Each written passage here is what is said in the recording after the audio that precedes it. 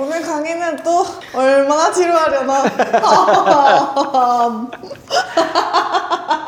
부담감이 갑자기 너무 커지네. 아니야, 자신감이 냈어. 기세야. 안녕하십니까.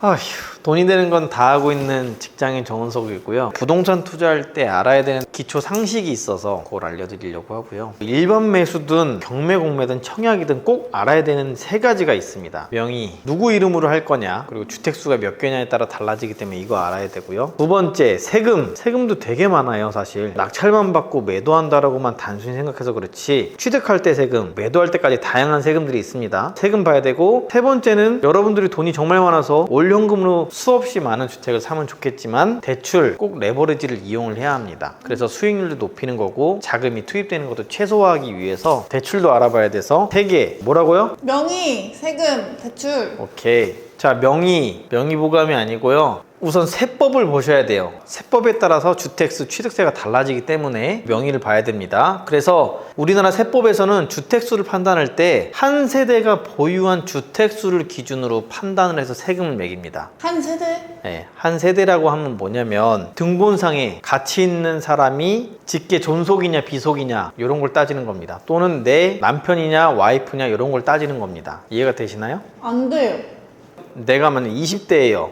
부모님이랑 한 집에서 살고 있고 하나의 등본에 묶여져 있습니다. 그러면 주택수 4명이만 보는 게 아니라 부모님의 주택수까지 합산해서 보는 겁니다. 부모님이 1주택자시면 저도 1주택자가 되는 거예요. 내 명의 집이 없지만 엄마랑 공동명의가 아니지만 그래도 네. 저는 1주택자인 거네요. 네, 그런 거고요. 또 제가 이제 와이프랑 혼인신고를 했다고 쳐보자고요. 그리고 와이프랑 살고 있는데 와이프 이름으로 주택이 있어요. 그럼 저는 같은 세대에 같은 등본에 있다고 하면 저도 1주택자가 되는 거예요. 와이프랑 혼인신고를 했는데 주소지가 다르면요? 네, 주소지가 달라도 부부는 예외상 한 몸이기 때문에 달라도 한 주택으로 봅니다. 하지만 부부가 아닌 가족이면, 자녀고 부모님이라면 등본상으로 떨어져 있으면 다른 세대로 봐요. 한 세대가 아니에요. 형제도 한 세대로 봅니다. 친구 집에 같이 들어가 있으면요? 친구가 1주택자야. 그럼 제가 거기에 전입신고하면 저도 1주택자인가요? 제가 아까 뭐라 그랬죠? 직계, 존비속이나 형제자매라고 했잖아요. 등본상에 뭐라고 써져 있는지 봐야 돼요. 친구는 동거인이라고 나옵니다. 동거인은 직계, 존비속과 형제자매가 아니기 때문에 전혀 다른 사람이에요. 질문 받을게. 복잡한 그 느낌도 있지 않을까요? 복잡한 케이스가 있을 거다? 맞아요. 복잡한 케이스가 확률이 얼마나 될까요?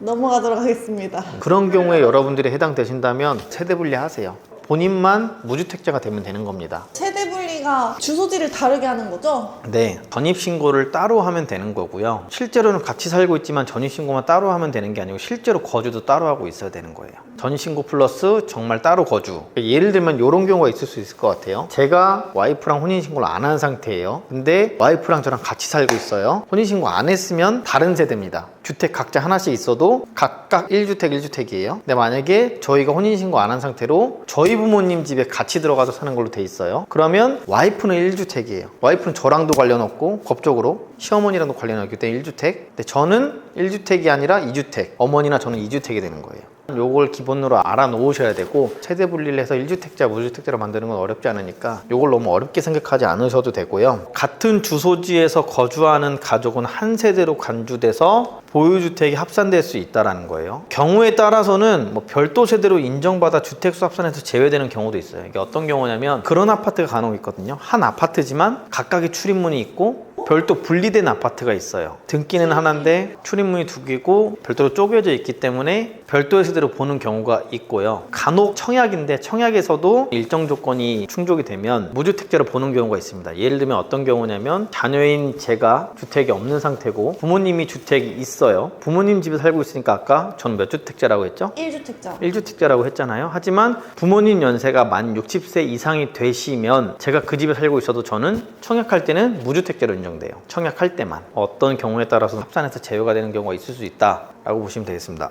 저도 이제 물론 혼인신고를 안 했거든요. 지금은 좀 규제가 완화가 됐는데 주택 규제가 빡셀 때 어느 주택이든 어느 지역이든 주택 2개를 사면 취득세가 중과였어요. 취득세가 1.1%가 기본인데 중과라고 하면 8%까지 매기는 거였거든요. 두 번째 주택을 사면. 그래서 저는 와이프랑 혼인신고를 안 하고 각각 하나씩 주택을 가지고 있는 상태로 지금 살고 있습니다. 저와 같은 생각을 갖고 있는 사람이 여기도 또 앉아 있는데 희한하다고 볼 수도 있겠지만 투자하는 사람은 이게 일반적이거든요. 근데 이걸 누가 또 조사를 했더라고요. 이게 역설적입니다. 혼인신고를 한 이유에서 32.5%가 신혼집을 마련할 때 혜택을 받기 위해서라는 게 두 번째로 제일 많았고, 거꾸로 혼인신고를 아직 하지 않은 이유에 대해서는 미혼인 상태가 신혼집 마련에 유리해서가 제일 많은 표를 얻었다 그래요. 그러니까 혼인신고를 하면 나라에서 주택 대출을 싸게 해주거든요. 저리로 한 2%, 1%대로 해주는 경우가 있어서 그런 걸 이용하려고 혼인신고를 하시는 분들이 있고, 또는 거꾸로 주택수를 늘리기 위해서는 혼인신고를 안 하고 각각 주택을 갖고 있는 전략으로 하는 사람들이 있어서 이렇게 명의를 고민하는 이런 사람들이 저나 승엽 PD님 말고도 많이 있다 라고 보시면 될 것 같습니다. 명의를 크게 두 개로 분류를 할 수가 있습니다. 개인과 매매사업자는 어차피 개인명입니다. 법인은 또 하나의 인격체라서 내가 대표이사더라도 또 다른 법인으로 주택을 취득할 수 있는 명의가 있다 라고 보시면 되겠습니다. 세금은 명의에 따라서 세금도 다 분류가 됩니다. 세금이 총 4가지 종류입니다. 취득할 때 세금, 그리고 종부세라고 종합부동산세라고 하는 게 있고요. 그리고 보유하고 있으면 재산세를 내고, 그리고 매도할 때 양도소득세를 냅니다. 모든 과정마다 세금을 다 내게 되는데, 첫 번째로 취득세인데요. 취득세가 실거래가나 공주가 중에 높은 가격을 기준으로 하는 겁니다. 공주가가 3억인데 내가 5억에 거래를 했으면 5억이 기준이 되는 거고, 공주가가 3억인데 내가 2억에 거래했으면 3억이 기준이 되는 겁니다. 그중에 높은 가격인데 기본적으로 공주가보다 실거래가가 높다라고 보시면 되고요. 주택이 하나인 사람은 6억 이하에서는 1%의 세금, 6억 이하는 1%, 6억에서 9억은 뭐 3% 미만, 그리고 9억 초과는 3%, 이렇게 금액마다 구간이 나눠져서 이렇게 측정이 되는 거고요. 주택이 하나 있는 사람이 두 번째 주택을 매수할 때, 2주택자가 될 때는 조정 대상 지역은 8%고 비조정 대상 지역은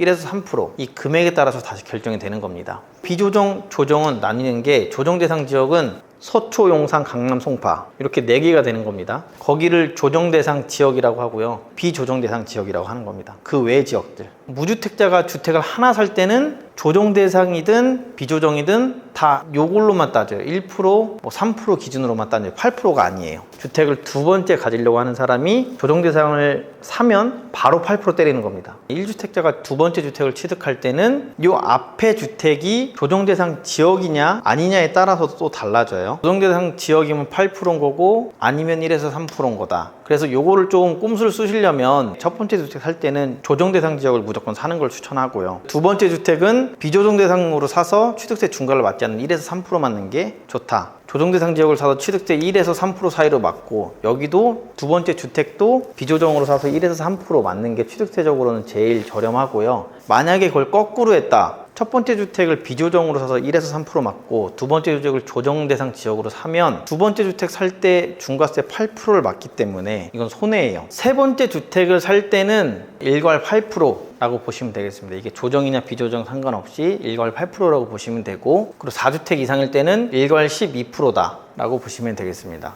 종부세는 제가 써놓긴 했지만 저희 같은 일반인들이 샀을 때는 별로 신경을 안 쓰셔도 돼요. 기준으로 말씀드리면 주택이 하나 있는 사람한테는 공주가 12억 원 이하면 부과가 안 돼요. 근데 공주가 12억이라면 매매가로는 40억 정도가 되더라고요. 그러니까 40억 있는 뭐 원베일리, 뭐 한남더일이 아닌 이상 여러분들이 굳이 신경 안 쓰셔도 되고요. 종부세라는 게 있다라는 걸 알고 계시면 되고요. 그리고 세 번째 재산세, 이것도 되게 미미합니다. 계산 방법이 있는데 좀 복잡하고요. 제 실사례를 말씀드리면 공주가 2억 기준으로 1년 재산세가 14만 원이 나왔습니다. 금액이 높아지면 질수록 금액이 커지는 건 당연한데, 이걸 가지고 우리 수익률에 크게 좌우되는 정도의 수준이 아니라서 이 정도의 재산세가 있다라고만 보시면 되고요. 제일 중요한 게 양도소득세입니다. 또는 양도세라고도 표현을 하는데요. 주택이 하나인 사람 매도할 때는 조정 대상 지역이면 주택을 2년 보유하면서 거주도 해야 돼요. 실제로 거기서 살아야 되고, 조정 지역이 아니면 보유만 하고 있어도 되거든요. 2년 보유 또는 거주도 하고 있으면 비과세가 되는 겁니다. 비과세는 세금이 완전 0, 1원도 안 나오고 0이라는 건데, 이것도 공주가가 12억이 넘냐 아니냐에 따라서는 추가 양도세가 0이 아니라 조금 발생할 수는 있어요. 하지만 이것도 우리가 12억짜리를 지금 매매할 건 아니기 때문에 거의 다 비과세 0원이다 라고 보면 되고요. 1년 미만이면 70%의 양도세가 나오고 1년이 넘어가고 2년이 안 되면 60%의 세금이 나와서 2년이 넘어가면 비과세인 거고, 그렇기 때문에 굳이 이런 걸 다 따지면 뭐 여기에 뭐 지방세까지 더하면 77%, 66% 이렇게 되거든요. 짧게 매도하지 않고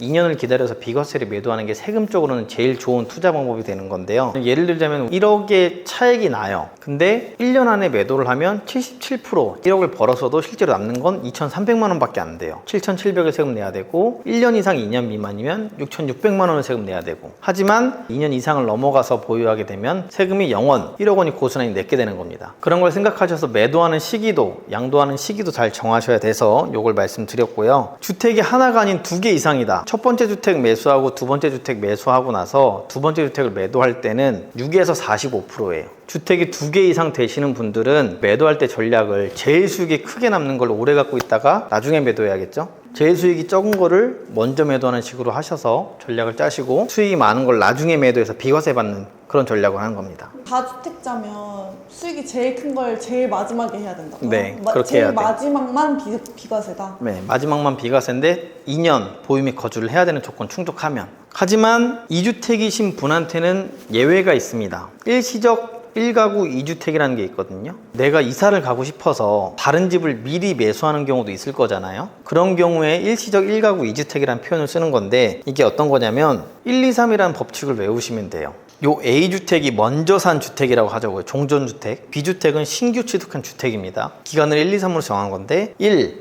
A주택을 매수한 뒤 1년이 지나고 B주택을 매수해야만 돼요. 바로 사면 안 되고 1년이 지나야 된다. 2. A주택을 2년 보유 또는 그 지역에 따라서 거주까지 해야만 한다는 조건이 있고, 그리고 B주택을 매수하고 3년 안에 얘를 매도해야 돼요. 그래야만 얘 비과세 받을 수 있다는 뜻이에요.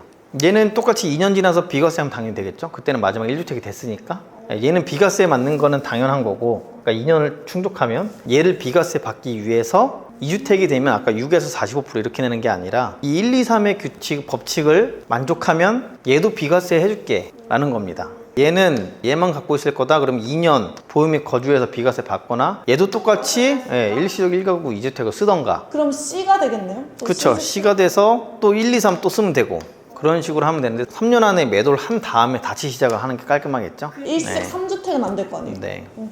아래?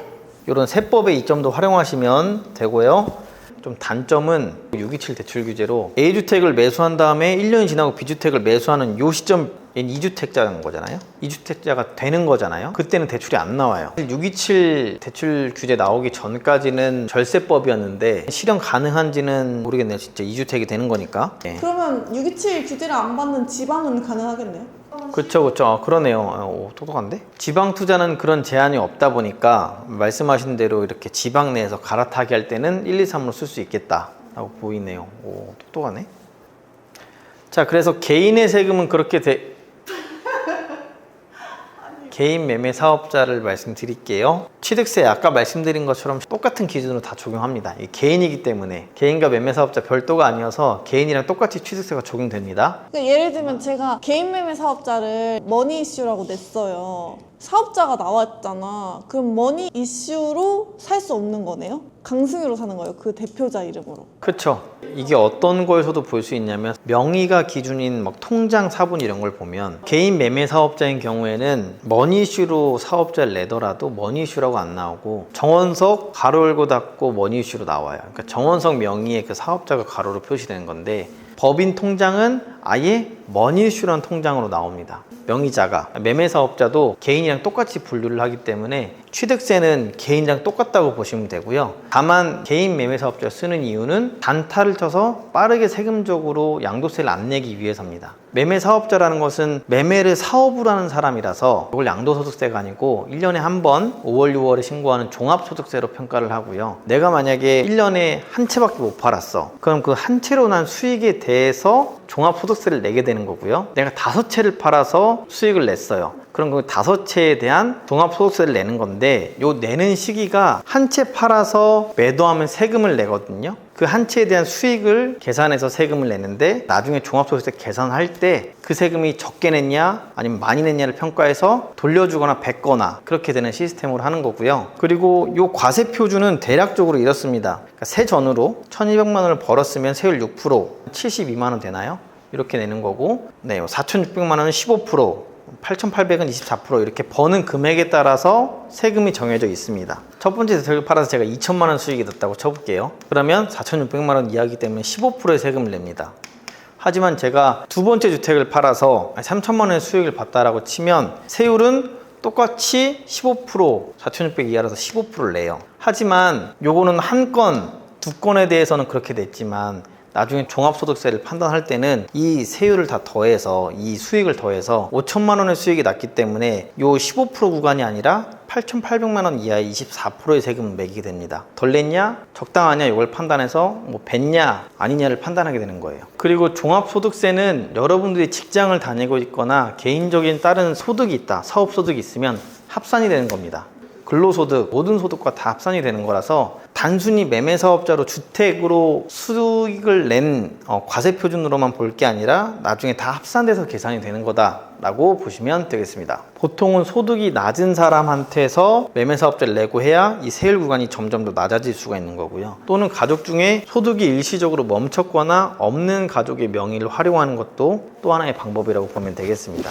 매매사업자 이런 걸 말씀드렸지만 저는 직장을 다니고 있기 때문에 이 매매사업자를 활용하면 저 연봉이 적지 않기 때문에 이 매매사업자를 활용하면 이게 확 늘어납니다. 구간이 확 늘어나서 이렇게 되면 문제가 뭐냐면 연말정산으로 아무리 돌려받았다고 해도 종소세로 다시 뱉어낼 수도 있어요. 그래서 이렇게 안 했고요, 저는. 그래서 저는 법인사업자를 활용을 했고요. 법인사업자는 아까 말씀드린 것처럼 개인과 개인 매매사업자가 아닌 완전 다른 인격체라 제가 얼마를 벌든 소득이 없든 법인만 잘 키워서 법인으로 소득 내면 상관없습니다. 법인사업자도 뭐 여러 세금이 있지만 여기는 3개만 보면 돼요. 취득세, 종부세, 법인세를 보면 되는데 취득세는 일괄 12%입니다. 공주가 1억 이하는 1.1%입니다. 법인 사업자뿐만 아니라 개인이랑 개인 매매 사업자도 모두 1.1%가 되는 거라서 그렇게 공통적으로 알고 계시면 될 것 같고, 수도권이 1억 이하고 지방은 2억 이하가 1.1%, 그리고 종부세는 개인이나 개인 매매 사업자는 매매 시세가 한 40억 이상인 경우에만 종부세 나온다고 했잖아요. 근데 법인으로 주택 투자하는 거를 투기수를 막기 위해서 종부세를 2.7%에서 5% 이 금액별로 나눠서 부과를 하게 되는 거고요. 법인으로 갖고 있는 3억짜리 주택에 1년 종부세가 한 500만 원 나옵니다. 종부세도 사실 무시 못한다. 요거는 매년 6월 1일 기준으로 발생하는 겁니다. 그러니까 매도를 하실 거면 5월 31일 이전에 잔금을 치러서 꼭 매도를 하셔야 되고요. 개인은 양도소득세, 개인 매매 사업자는 종합소득세였잖아요.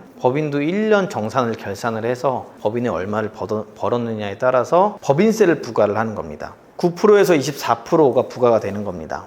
법인이 연 2억을 벌었으면 9%, 그리고 2억 원 초과 200억 이하면 19%. 이 뒤에는 볼 필요가 없겠죠? 그렇게 많이 벌 리가 없으니까 보통은 요 구간 2억 원 이하라서 9%인데 9%의 중과가 좀 붙어요. 주택이나 분양권은 중과로 20%, 그러니까 29%인 거. 그리고 비사업용 토지에 같은 경우는 10% 붙어서 19%. 이렇게 보시면 되는데 뭐 이런 거 다 더하면 12% 더하고 뭐 종부세 3% 더하고 하면 사실 법인으로 활용했지만 양도소득세적으로는 우리가 싸 보이지만 이런 앞단에 취득세나 종부세가 있기 때문에 크게 메리트가 없다. 저도 한 바퀴 돌려보니까 크게 메리트가 확 있진 않더라고요. 그러니까 당연히 개인보다는 있지만 개인 매매 사업자에 비해서는 없었고, 그렇지만 이제 법인은 소득이 있으신 분, 개인 사업을 하시는 분한테는 뭐 그래도 쓸만한 방법이다라고 생각이 들어서 이렇게 법인 사업자의 세금도 말씀드렸습니다.